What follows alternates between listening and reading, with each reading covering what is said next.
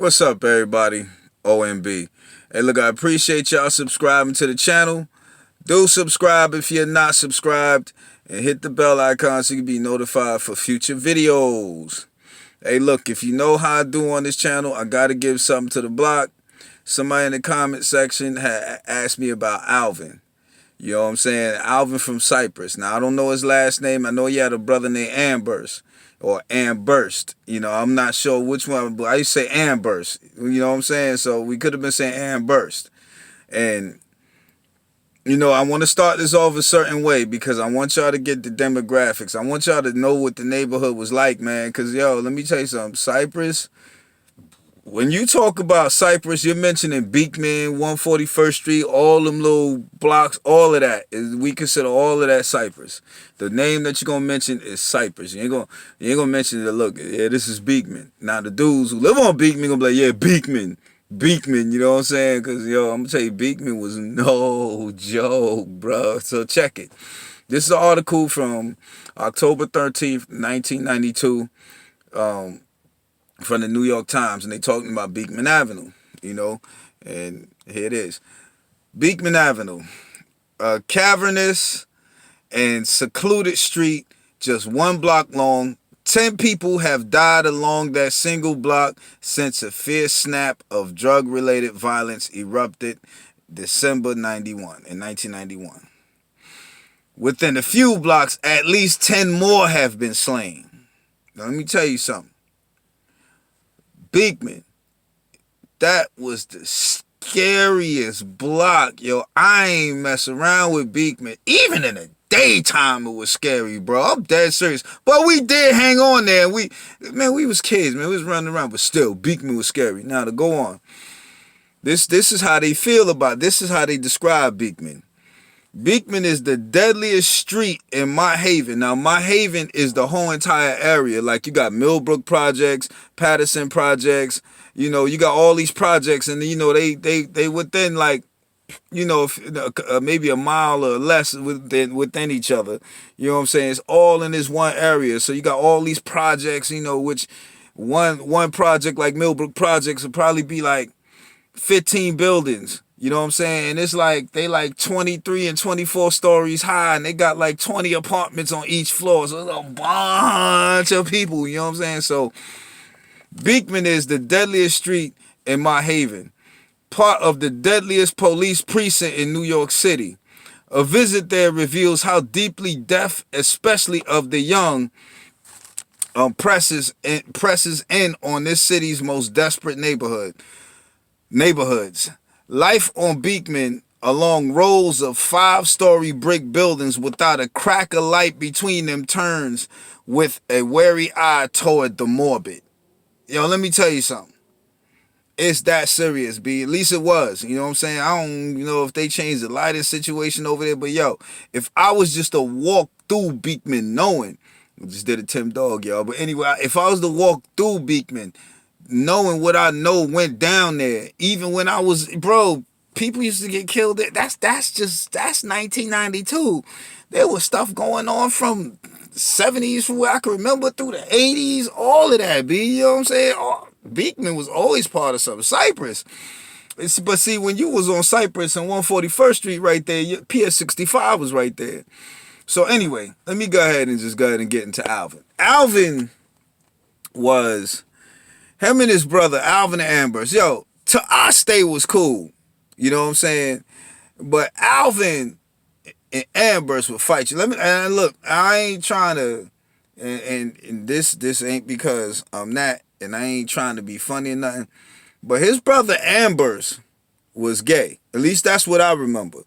You know what I'm saying? I remember they said his brother had died from AIDS back then, in like the 80s or early 90s, somewhere between the late 80s and early 90s, or mid 80s and early 90s, something like that, you know, or somewhere, I'm gonna say mid 80s or late 80s to around mid 90s. That's what I remember. But let me tell you something. Alvin wore glasses, so he looked like a nerd. But yo, him and his brother would fight. And here's something, I ain't trying to be funny, but yo, let me tell you something. Amburst was a gay dude, but he let me tell y'all something about them gay dudes, and I ain't trying to be funny or nothing, but yo, they gonna put up a hell of a fight. You know why? Because they ain't got a damn thing to lose. They got a whole lot to prove. You know what I'm saying? Oh, you got a problem? And so they got all this extra energy to throw at you because you ain't as passionate about it as they are. You know what I'm saying? Me, I'm 48. I'll be 49. I ain't trying to fight none of y'all. Y'all go on ahead with all. Y'all fight each other. You know what I'm saying? Screw all that. You know, I'm a lover, not a fighter any damn way. You know what I'm saying? So I ain't trying to get no. Them days been over with. But I'm just saying, though, I'm just telling y'all, you know what I'm saying? So when Amburst fought, boy, he tried to take your head off. And the same thing with his brother Alvin. He wasn't gay. But yo, he tried to take your head off. So I remember there was this one dude, Alvin was on the stoop. Now I'm gonna tell you some of the stuff that Alvin used to do. Amber's wasn't into that stuff. But Alvin, he mischievous. We always mischievous, but some people would just go a little bit far with things. You know, like Pete. Alvin was one of them. He's another one. So boom. You sitting up there on the stoop, and this is the time of 4th of July. And I know y'all have seen this and heard this 1,000 times, but to see somebody actually pull it off is a whole different ball game. You sitting on the stoop. He comes behind you. Takes that firecracker, stick it right in your back pocket. Light it. Haul ass. Pow! You know what I'm saying, bro? That's the type of stuff he used to do. So you try to get him, he was so... Yo, you could not... I think he might have got one time. It was funny to watch him jump off that stoop, bro. You know what I'm saying? But, I mean, we was kids, you know, and... You know, he was that type of dude, but he would fight. But then there was this time, there was this dude, I think he was from Patterson Projects, and we was hanging out with him. And Alvin was hanging out with us, and we met somewhere down by PS 65. And I was like, yo, y'all hanging with him? And we was like, yeah. He's like, yo, I don't like dude, man. He was like, yo, man, you can't come around here. I'm like, damn, dude, you know, we at PS 65. We ain't even on Cypress. He's like, so what? Because dude had a slash across his face, you know what I'm saying? And he always said that he couldn't come to Cypress because we're trying to get him to come to the house, and that's how he got slashed from walking through Cypress. And I remember him. He was from, and yo, Alvin was ready to swing on dude, and dude got the hell up out of there, bro, because Alvin was real, man. Now, from what I heard about Alvin, he died. How he died, he got shot. He got killed. He was in the drug game. You know, he got look. There's a lot of people who didn't even make it to age 20. That's how many dudes that I remember growing up with and seeing on Cypress at one time, and then boom, they just gone, yo. You know what I'm saying? I'm like, dang, yo, dudes is dropping like flies. Now, what I had to say about Cypress, you know, about Beekman and here, and Alvin he used to be on Beekman, so all of them used to be all over. We used to be all over the place. We used to play, what was that game? Humongous. You know what I'm saying? It was a movie that came out, and then we started playing the game, and we started playing on mattresses, or, you know, I mean, climbing on fire escapes, jumping off the first and second floor onto the mattresses to get away, doing flips and all. We was man. Anyway, you know, so Alvin was a funny dude too. He could snap. Now some of y'all think snapping is snap and get mad. Now snapping to us back then was just cracking, you know, having fun, making jokes.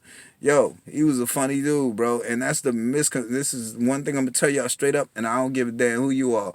Regardless of what they tell you, dudes on Cypress had a sense of humor, B.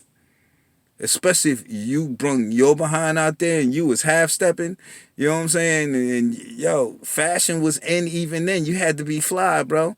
You know what I'm saying? If not, you come out half-stepping, they cracking all over. Yo, check out the sneakers, man. Yo, look, you know what I'm saying? They be all on you, bro. You know what I'm saying? I'm just telling y'all straight up. So this is just one little thing that I remember about Alvin. You know, he was a good dude, you know, at least around us, but he was a straight up dude. And like everybody else at the time, he was an angry dude, you know what I'm saying? And, you know, he was ready to fight, bro. Everybody at that time, you had to fight. Even the females, you just had to fight. That's just the way it was, bro. I even got my mother saying that. You know what I'm saying? She even saying the same thing on one of my videos. And that's when she was young and over there, you know what I'm saying? So, you know, just giving y'all a little something, something. O&B signing out. Peace.